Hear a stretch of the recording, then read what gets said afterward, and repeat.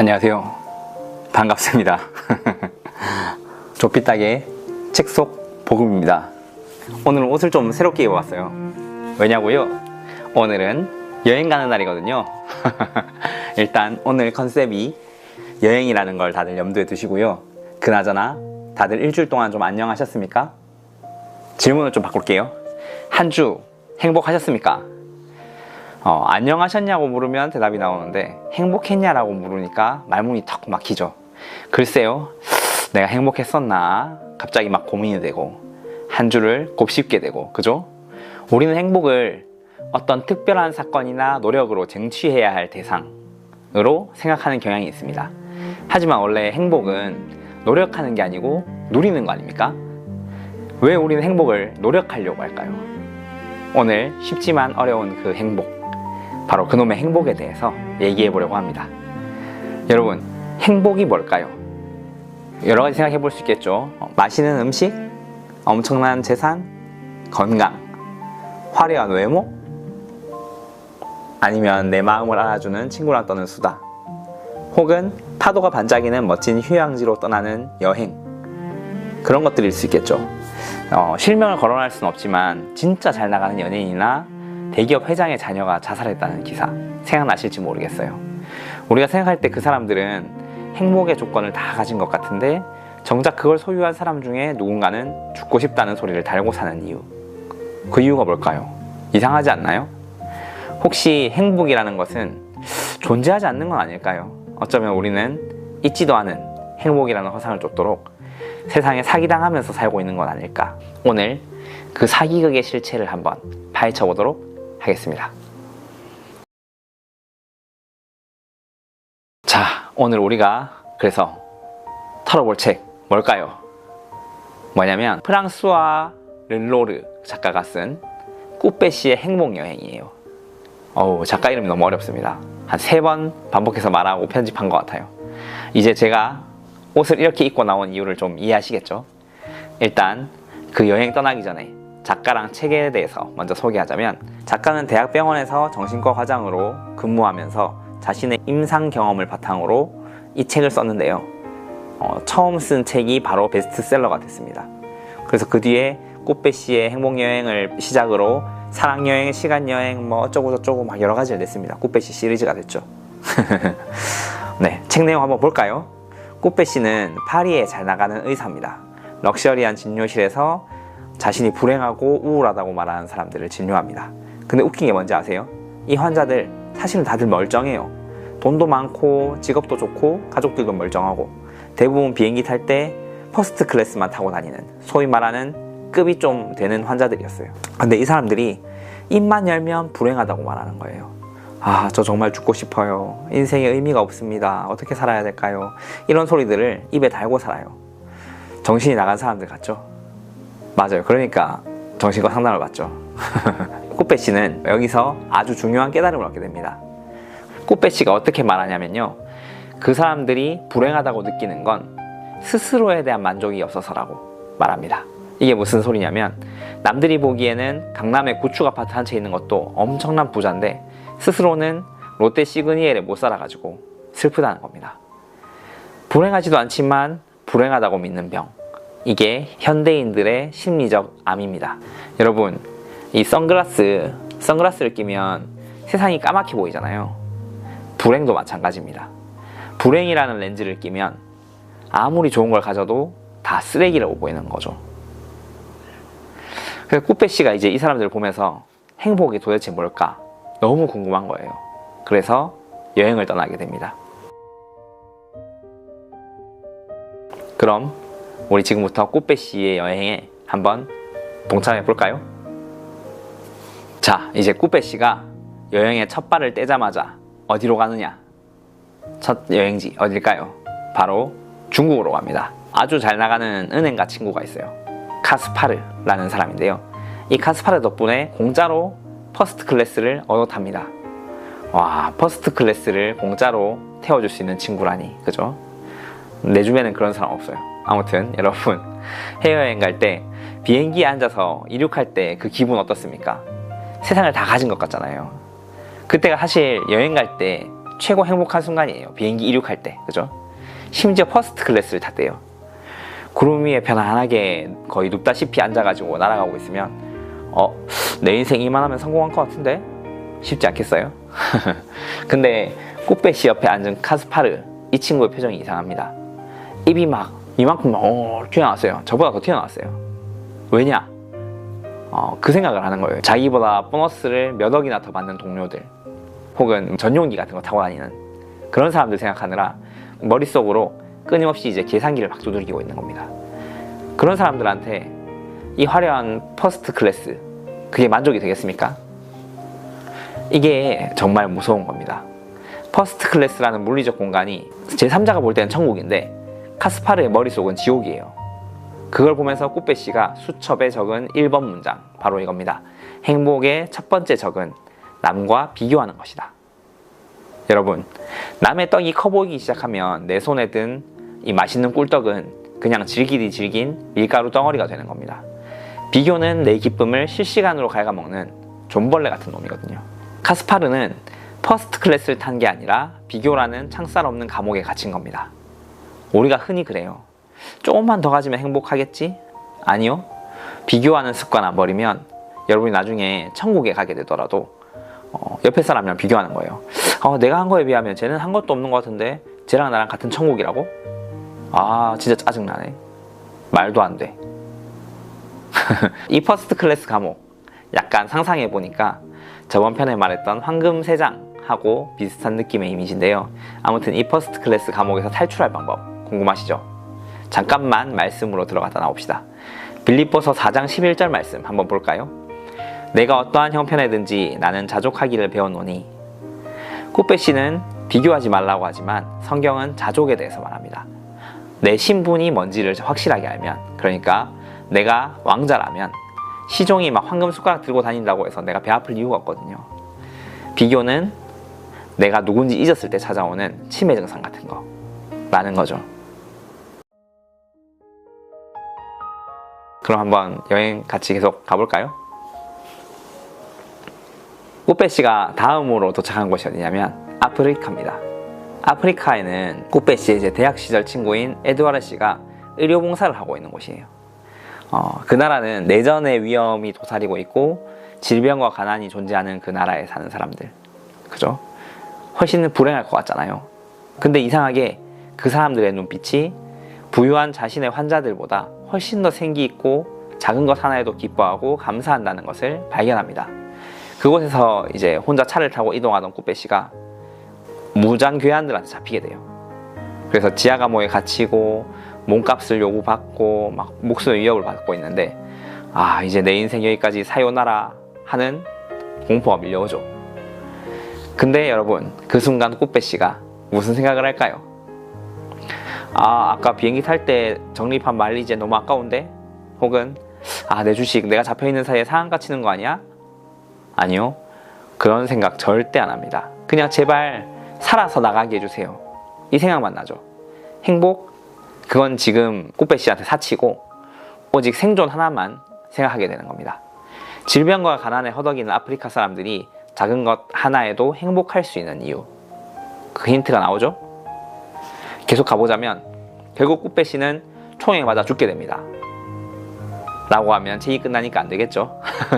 기적적으로 풀려나서 햇살 아래에 딱 앉아가지고 나와서 그 기념으로 미지근한 맥주를 한 잔 원샷. 세상에 이제 꾸페시가 맥주 한 잔을 마시고 막 웁니다. 왜요? 그 맥주가 인생에서 제일 맛있더라는 거죠. 살아있다는 것 자체가 이미 거대한 행복이라는 것을 꾸페시가 이제 온몸으로 깨닫게 되는 겁니다. 퍼스트 클래스에서 먹던 스테이크보다 창고 밖에서 마시는 미지근한 맥주, 그게 더 행복할 수 있다는 거, 이거 참 아이러니하지 않습니까? 여기서 꾸페시가 수첩에 이렇게 씁니다. 많은 사람은 행복이 미래에 있다고 생각한다. 이거 우리 얘기잖아요. 대학만 가면, 취직만 하면, 결혼만 하면, 혹은 집만 사면 행복할 거라고 내일의 행복을 위해서 오늘의 나를 믹서기에 갈고 막 갈아버립니다. 근데 여러분, 그러다가 누릴 수 있는 나이 다 지나고 풍족해지면 우리 몸은 다 늙고 병들어가지고 그 풍족을 누릴 수 없을 때 병원에 누워가지고 그냥 순간순간을 누리면서 살 걸 하고 후회하는 그 순간 삐 운명하셨습니다. 비유가 좀 극단적인가요? 아무튼 꾸베 씨는 총구 앞에 서보고 나서야 깨달았습니다. 행복은 미래의 보상 시스템이 아니라 지금 이 순간 바로 여기 허락된 공기를 마시는 기쁨이라는 걸요. 노래 괜찮나요? 성경에도 이런 부자 이야기가 나옵니다. 곡간에 곡식을 가득 쌓아두고 내 영혼아 이제 즐기자 라고 했는데 하나님이 그렇게 말씀하세요. 오늘 밤 네 영혼을 도로 찾으리니 삐 운명하셨습니다. 그죠? 여러분, 오늘 행복하지 못한 사람은 내일도 행복할 자격, 아니 행복할 실력이 없는 겁니다. 자, 그러면 이 행복 실력을 키우는 안경은 어디서 구하느냐? 다음 장소로 한번 가보시죠. 자, 퍼스트 클래스의 비교 과목에 갇혔다가 아프리카 반군들한테 또 죽다가 살아난 꾸빼 씨. 여행의 막바지에 누굴 만나냐면 미국에서 행복의 원리를 꿰뚫고 있다는 노 교수를 만나고요. 그리고 처음 갔던 비행기 안에서만 얘기했지만 사실은 중국에 가서 누굴 만나냐면 수도승을 만납니다. 그래서 처음에 여행에 대한 자문을 구하고 마지막에 다시 중국에 있는 산속에 올라가서 수도승을 만나면서 여행을 마무리하게 돼요. 근데 여러분들, 이분들이 뭔가 대단한 비법이라도 알려줬을 것 같으세요? 로또 번호라도 한번 찍어줬을까요? 아닙니다. 아주 허무할 정도로 간단한 결론을 내립니다. 행복은 사물을 보는 방식에 있다. 똑같은 비가 쏟아져도 어떤 사람은 꿉꿉하네, 어우 옷도 다 젖고 진짜 기분 나쁘다 라고 하면서 짜증을 냅니다. 근데 어떤 사람은 어떻게 되냐면 와, 오랜만에 비가 와가지고 가뭄이 해갈되고 또 산불 위험도 줄어들겠네, 감사하다 라면서 웃어요. 비는 똑같이 오는데 한 사람은 지옥에 살고 한 사람은 천국에 삽니다. 결국 세상은 하나도 안 바뀌는데 내가 어떤 안경을 쓰고 보느냐에 따라서 인생의 색깔이 180도 달라진다는 소리입니다. 꾸빼 씨는 여기서 무릎을 탁 칩니다. 행복은 찾아 떠나는 여행지가 아니라 내가 지금 끼고 있는 안경에 도수를 맞추는 작업이구나. 그럴듯하죠? 물이 반밖에 없네? 물이 반이나 남았네? 이거잖아요. 긍정의 힘. 근데 여러분, 우리 솔직히 한번 얘기해보자고요. 이거 됩니까? 안 됩니까? 우리가 이거 몰라서 지금 못하는 겁니까? 내가 억지로 긍정회로 돌린다고 세상이 핑크빛으로 보일까요? 내 통장 잔고는 거의 바닥이고 몸은 막 아파 죽겠고 이러는데 어떤 사람이 이야, 그래도 이제 내가 나아질 일만 남았네, 너무너무 감사하다 라는 소리가 나오겠냐고요. 안 되겠죠. 인간의 의지로는 이 행복 안경의 도수를 유지할 힘이 없어요. 금방 다시 불행이라는 먼지가 끼거든요. 그래서 우리한테는 내 노력이 아니라 누군가 통째로 바꿔주신 완전히 새로운 안경, 그 안경이 필요한 겁니다. 그 안경 도대체 어디서 구할 수 있는지 궁금하시죠? 꾸빼 씨는 여행 끝에 수첩을 꽉 채웠습니다. 비교하지 마라, 현재를 즐겨라, 마음을 고쳐먹어라. 제가 또 따로 소개하진 않았지만 꾸빼 씨 수첩에 10몇 가지가 있었는 것 같아요. 굉장히 유익한 말들이니까 꾸빼 씨의 행복여행 한번 읽어보셨으면 좋겠습니다. 근데 다 맞는 말이긴 한데요. 근데 이거 사실은 모르는 사람이 없는 그냥 도덕책에서 나오는 얘기 같은 거예요. 제가 문제 하나 내볼까요? 다음 중 틀린 것을 고르시오. 1번 친구가 힘들면 도와준다. 2번 부모님께 효도한다. 3번 길 잃은 사람을 만나면 함께 길을 찾아준다. 4번 길 가다가 돈을 보면 오예 하고 줍는다. 이런 문제의 답을 모르는 사람이 어디 있겠습니까? 근데 여러분, 우리 한번 솔직해보자고요. 이게 마음을 먹는다고 되는 일일까? 그죠? 옆집 애가 전교 1등 했다는데 우리랑 비교하지 말아야지 하고 한마디도 안 할 수 있는 엄마가 어디 있겠어요? 비교가 안 돼요? 그럴 리가 없잖아요. 인간의 의지는 유통기한이 딱 3일입니다. 사실은 3일을 지키는 것도 꽤 훌륭하다고 생각해요. 하루도 힘들거든요.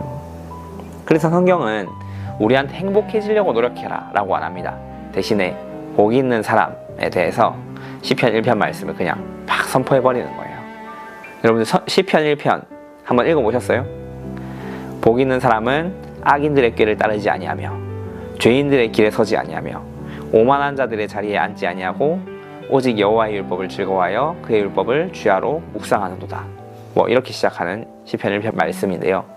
어떻게 저런 삶, 그죠? 성경에서 말하는 비교하지 않고 세상의 흐름을 역행하는 그런 행복한 삶을 살 수 있을까요?